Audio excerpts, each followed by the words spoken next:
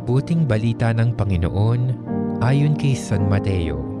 Papuri sa iyo, Panginoon. Noong panahong iyon, dumating si Jesus sa lupain ng Cesarea ng Filipos. Tinanong niya ang kanyang mga alagad, sino raw ang anak ng tao ayon sa mga tao? At sumagot sila, ang sabi po ng ilan ay si Juan Bautista kayo. Sabi naman ng iba, si Elias kayo. At may nagsasabi pang si Jeremias kayo o isa sa mga propeta. Kayo naman, ano ang sabi ninyo? Sino ako? Tanong niya sa kanila. Sumagot si Simon Pedro, kayo po ang Kristo, ang anak ng Diyos na buhay. Sinabi sa kanya ni Jesus, mapalad ka, Simon na anak ni Jonas, sapagkat ang katotohanan ito'y hindi inihayag sa iyo ng sinumang tao, kundi ng aking amang nasa langit. At sinasabi ko naman sa iyo, ikaw ay Pedro, at sa ibabaw ng batong ito ay itatayo ko ang aking simbahan, at hindi makapananaig sa kanya kahit ang kapangyarihan ng kamatayan. Ibibigay ko sa iyo ang mga susi ng kaharian ng langit.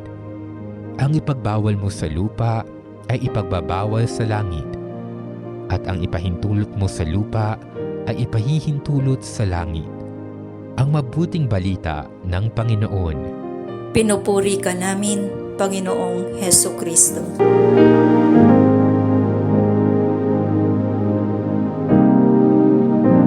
Hello po, muli magandang hapon po sa ating lahat. Muli ako po si Brother Rex Baladad po ng Pinag-Isang Puso, Catholic Charismatic Ministry Philippines Incorporated. At dito na naman po tayo para sa ating Gospel Reflection for the day. Ano po? Ang ating pong Gospel ngayon ay nahango sa Gospel ni Matthew chapter 16 verses 13 to 20. At napakaganda na naman ng gospel. Ano po kasi nung last time na ako yung nag-reflect, question. At tinanong ni Jesus si Pedro 3 beses kung, do you love me? Ay naman, may question din. Sino ba ako? Sino si Jesus sa akin? Sa iyo? Sa atin? Yun ang tanong. Sino ba si Jesus? Okay. So ngayon, sabi dito sa verses 13, no? Sabi nang dumating si Jesus sa bayan ng Cesarea ng Filipos, tinanong niya ang kanyang mga alagad. Ano ang sinasabi ng mga tao patungkol sa anak ng tao? At sumagot sila, ang sabi po ng ilan, kayo si Juan na tagapagbautismo. Sabi po naman ng iba, kayo si Elias. At may nagsasabi pong kayo si Jeremias o isa sa mga propeta. So doon po sa verses 13 and 14, tinanong ni Jesus yung mga alagad, sino ba ako? Sabi ng mga tao. Sabi ng mga disipulo, Jesus, kayo raw po si Juan Bautista, yung iba naman, Jesus. Sabi po ng iba, ikaw naman po daw si Elias. Sabi naman ng iba, Jesus, ikaw daw po si Jeremias, at iba naman sinasabi na si propeta. So ganoon din tayo, my dear brothers and sisters, no? Paano ba natin nakilala si Jesus? Kasi, di ba, bali-balita, si Jesus daw ay tagapagligtas, no? Hindi kasi natin kilala personal si Jesus, no? Nung tayo ay probably nakilala natin si Jesus nung tayo maliit ba, nung sinasabi sa atin ng ating mga magulang, o kaya nung tayo nag-aaral. Kasi ako, graduate ako ng isang Catholic school, so nakikilala ko si Jesus dahil sa subject namin na religion. Actually, best in religion po ako nung ako yung nag-aral sa Letran, grade 6, ano po. Ngayon, dito po sinasabi ng mga ibang tao kung sino si Jesus. So, ito po ay sa pamamagitan ng naririnig ko kung sino si Jesus, no?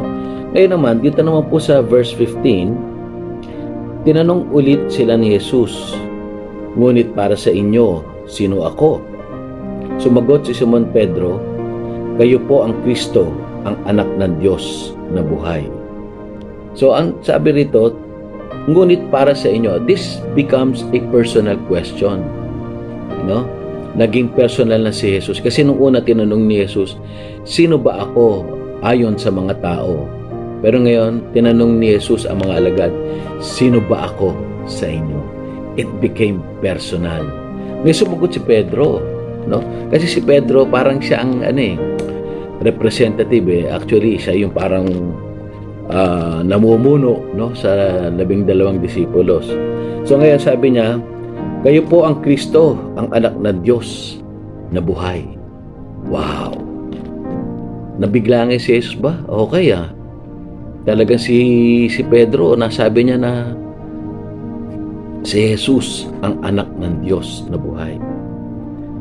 Sa verse 17, sabi rito, sinabi sa kanya ni Jesus, mapalad ka, Simon na anak ni Jonas, sapagkat ang katotohanan ito'y hindi inihayag sa iyo ng sino mang tao, kundi ng aking amang nasa langit.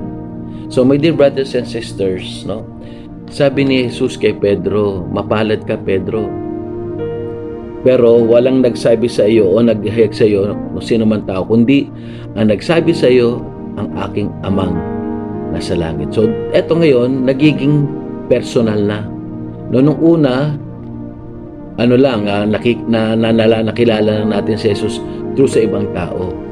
Pero ito, naging personal na sumagot si Pedro at sinabi nga ni Jesus, hindi sa tao mo ako nakilala, kundi sa pamamagitan ng aking amang nasa langit. Ganon din tayo, my dear brothers and sisters, Ito medyo bibigyan natin ng importansya, Kasi personal na to. Sino kaya si Jesus sa buhay natin, Kailangan dito kasi sabi rito, it's the grace of God, Kundi ang aking amang nasa langit ang nagsabi sa iyo na ako nga ang anak ng Diyos. Yun ang sabi ni Jesus. Kaya sa atin, nagiging personal din sa atin kung sino si Jesus sa buhay natin. Pwede natin sabihin, si Jesus ay manggagamot. Why? Kasi nangyari sa buhay natin. Pinagaling tayo ni Jesus nang dahil sa ating pananampalataya. Nang dahil sa ating pananalig sa Diyos na tayo ay lumapit kay Jesus upang tayo ay mapagaling ni Jesus. Nagiging personal na, And it is the grace of God, God the Father, na binigay sa atin yung kagalingan. Kaya tayo nasabi natin, si Jesus ay manggagamot, dakilang manggagamot. So my dear brothers and sisters, ang maganda rito, yung nagkaroon tayo ng personal relationship sa ating Panginoon at nasabi natin yun na si Jesus ay ang aking manggagamot. Or, pwede natin masabing si Jesus ang aking provider. Jesus is my provider. Kasi masasabi natin yun kasi talaga ang Panginoon Diyos ay nagbibigay sa atin ng ating mga pangangailangan. Kasi kung wala, hindi natin masasabing provider kung hindi nagbibigay si Jesus sa atin ng pangangailangan. Pero sa katotohanan, si Jesus ang nagbibigay sa atin ng ating mga needs, personal needs, physical man to, spiritual needs. Si Jesus ang nagbibigay niyan sa atin. Kaya pwede rin natin masabi yun because ako at ang Diyos ay nagkakaroon ng personal relationship. Diba? So doon sa tanong na yung pangalawang tanong, nagiging personal na. So pwede natin masabi ngayon na si Jesus ang aking magagamot. Si Jesus ang aking provider. Si Jesus ang aking tagapagligtas. Siguro once in our lifetime, sa buhay nating ito, tayo ay nailigtas ng ating Panginoon. At pwede nating isabi, pwede nating pagmalaki, Lord, you are my Savior. Ikaw ang aking tagapagligtas. Because the grace of God, nang nanggagaling sa ating Panginoong Diyos Ama, ibinigay sa atin yung kaligtasan. And it's a personal relationship with God. Kaya pwede nating masabi na si Jesus ang aking tagapagligtas. Amen? Na personal na yun, ha? So, pagpatuloy natin, no? Sabi naman dito sa verse 19, at sinasabi ko sa iyo, ikaw ay Pedro, at sa ibabaw ng batong ito ay itatayo ko ang aking iglesia. So, si Pedro na talaga namang nandun yung kanyang pananampalataya sa Diyos, hindi nawala, no? I-compare natin si San Pedro tsaka si Judas, no? Si San Pedro, ikinatwa niya si Jesus 3 times, tama? Ganun din si Judas, itinakol niya si Jesus, no? Actually, siya pa nga yung naging daan para mahuli si Jesus. Ang diferensya ng dalawa, si San Pedro nagsisi siya, si Judas nagsisi rin. Pero ang maganda lang dito, si San Pedro, ipinagpatuloy niya yung kanyang pananalig sa ating Panginoon Diyos. Ito naman si Judas, wala, nagpakamatay. Hindi niya tinuloy yung kanyang pananampalataya. Pero nagsisi rin naman siya. Ang maganda lang dito kay San Pedro, ipinagpatuloy niya yung kanyang pananampalataya sa ating Panginoong Diyos. Di ba? Una, nung si San Pedro, no, kasi yung mga nalalaman ni San Pedro yun, naniniwala siya sa kay Jesus kasi nangyari sa buhay niya. Di ba? Give example, yung lumakad si San Pedro sa ibabaw ng dagat. Di ba? Pangalawa, nakikita niya si Jesus na gumagawa ng mga himala. Nakita niya at naranasan niya na pinakain ni Jesus yung 5,000 mahigit pa na nagugutom. No, maraming pangyayari at nagiging saksi si Pedro. Kaya yung pananalig niya sa Diyos at manasabi niya talaga na ikaw, Jesus, ang anak ng Diyos. Kasi naranasan niya iyon. No? Ganun din tayo. Pag naranasan natin yung kabutihan ng ating Panginoong Jesus, masasabi rin natin kung sino si Jesus sa buhay natin. Amen? Okay. So sabi niya rito nga na itatayo ko ang aking iglesia. Itatayo ko ang aking iglesia. Ba't ko binigyan ng punto yung ko tsaka akin? Tandaan natin, ha? Si Jesus ang nagtayo ng kanyang simbahan. No? Si Jesus mismo, ha? Ko, sabi niya, itatayo ko ang aking simbahan. So, ano ba yung simbahan? Simbahan ay kinocompose tayo. Tayo yung simbahan. Ano? At dito sa simbahan, mararanasan natin yung liturhiya ng salita ng Diyos at liturhiya ng Eucharistia. 2 parts of the masses are liturgy of the word at liturgy of the Eucharist. No? Natatanggap natin si Jesus bilang Diyos. Okay? Pagpatuloy ko, ha? At sabi dito, at ang pintuan ng daigdig ng mga patay ay hindi magtatagumpay laban sa Kanya. So, ibig sabihin nito, pag tayo ay nagsisimba, pag tayo naniniwala, pag tayo ay nanampalataya sa ating Panginoon Diyos, kailanman hindi magtatagumpay ang kalaban. No? Kaya tayo dapat lagi tayo magsisimba. No? Kasi nakikilala natin si Jesus bilang sa salita, no? Sa liturgy of the word. At hindi lang natin siya nakikilala, kundi nakakasama pa natin siya pag natanggap natin ang liturgy of the Eucharist. No, kaya walang hindi mamamatay ang iglesia pag nagpapahayag si Jesus, no? Ng ating na walang lugar ang kasamaan sa simbahan. No, wala talagang mangyayari masama pag tayo ay nananampalataya at pag tayo ay nagsisimba. Okay? So, pagpatuloy natin sa verse 19, ibibigay ko sa iyo ang mga susi ng kaharian ng langit. Ang ipagbawal mo sa lupa ay pagbabawal sa langit, at ang ipahintulot mo sa lupa ay ipahintulot din sa langit. So, my dear brothers and sisters, dito pa lang sa lupa, mararanasan natin ang langit. Paano? Siyempre, pag si Jesus, ang Diyos, ay mapa sa atin, nasa atin na, langit na rin ang ating madarama dito sa lupa. Di ba? No? Talagang gano'n ang buhay, no? Pag nasa atin si Jesus, ando na lahat. Yung tinatawag nating fruits of the Holy Spirit, no? Nandun na yung peace, andun na yung love, andun na yung joy, andun na yung patience, andun na yung self-control, no? Lahat magiging maayos. Parang langit na rin dito sa lupa. No? Kaya ang dapat natin gawin, tanggapin natin si Jesus as our personal Savior, as our personal relationship with God. No, napakasarap na dito pa lang sa lupa nararanasan natin yung langit, no, yung kapayapaan, yung kaligayahan, di ba? At tingnan mo si Brother Rex, no, masayang-masaya kasi alam ko na sa akin ang ating Panginoong Jesus, no? Kaya let God be with us always, Emmanuel. Okay?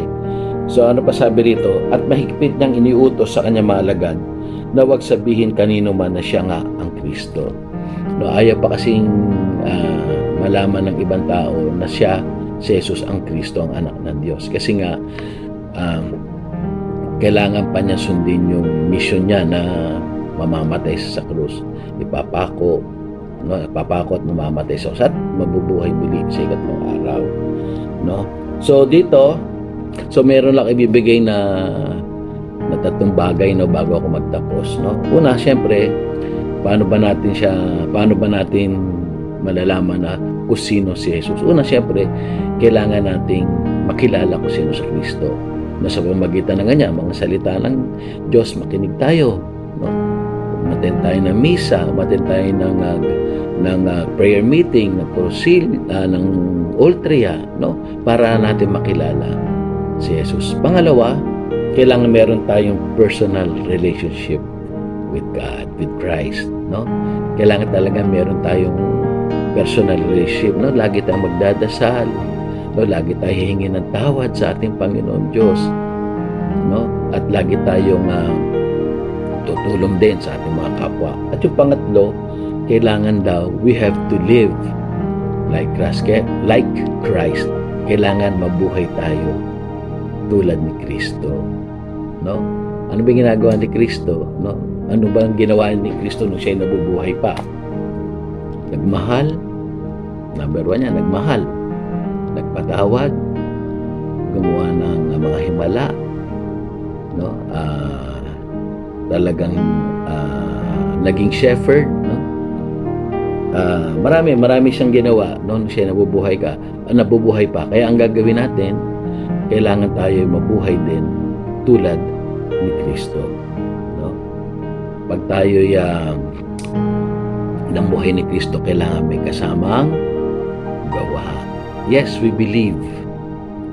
Nananampalataya tayo kay Jesus. Pero si Jesus, hindi lang siya nanalig sa kanyang Ama, kundi gumawa din siya. So yung ating faith, kailangan may kasamang action, no? Kung tayo'y naniniwala sa ating Panginoon Diyos, ganito gawin natin, no? Mag-spread na tayo ng good news about salvation. Pakilala natin si Jesus sa mga taong hindi pa nakakilala sa ating Panginoon. Amen? So ang tanong, uli, sino si Jesus sa akin? Sino ba si Jesus sa iyo? Sino ba si Jesus sa ating lahat? Siguro masasagot natin ay si Jesus ang dapat nating sundan.